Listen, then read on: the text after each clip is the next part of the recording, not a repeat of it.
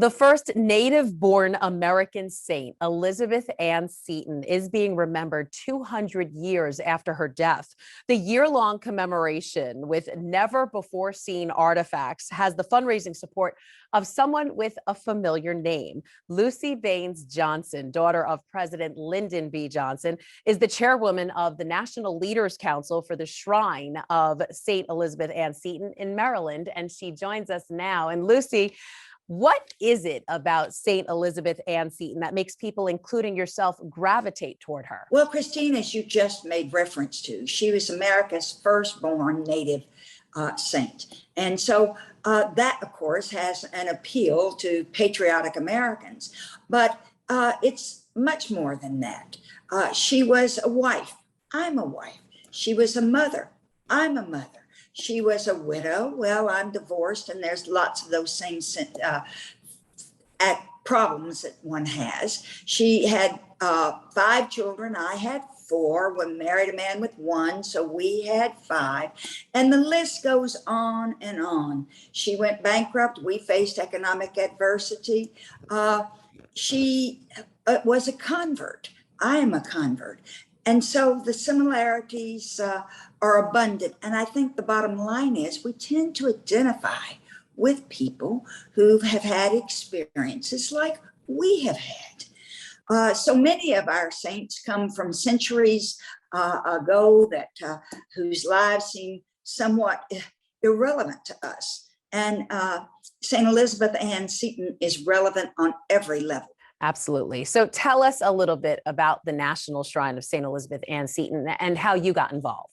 Well, I have been working for the Daughters of Charity for over 53 years. And one of their sisters, Sister Gertrude Levy, came to me and said, "All I want for my 101st birthday is for you to chair this campaign."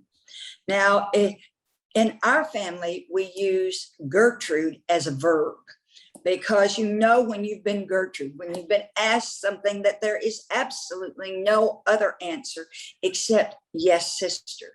And Sister Gertrude is one of those compelling folks because she never asks for anything for herself.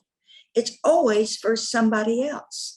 And when she asked me to take up the mantle of this campaign, I had a lot of excuses ready to respond to, but visiting with Sister Gertrude, the only answer I knew was yes. So I better get to doing it. So tell us, why should people visit the shrine? Well, the shrine is a very uplifting place, and it's between Washington, D.C. and Gettysburg, Maryland.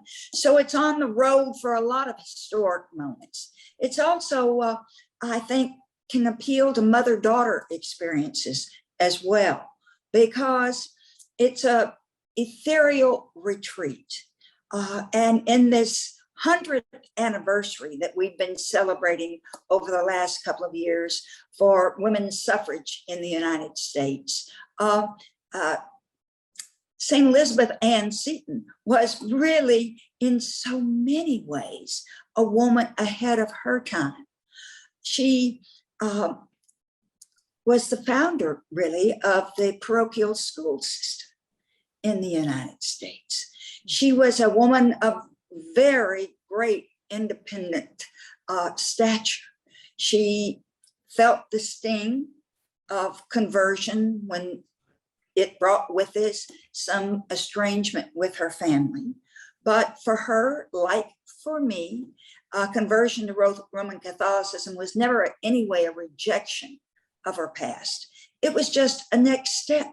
So as lots of families take the next steps in their lives, in laughter, love, and learning, the shrine provides a lot to salve the soul in a very trying time. It shows how women can make a difference. It's a special place. Come join us. Thank you so much. It was so nice meeting you. Thank you. My pleasure.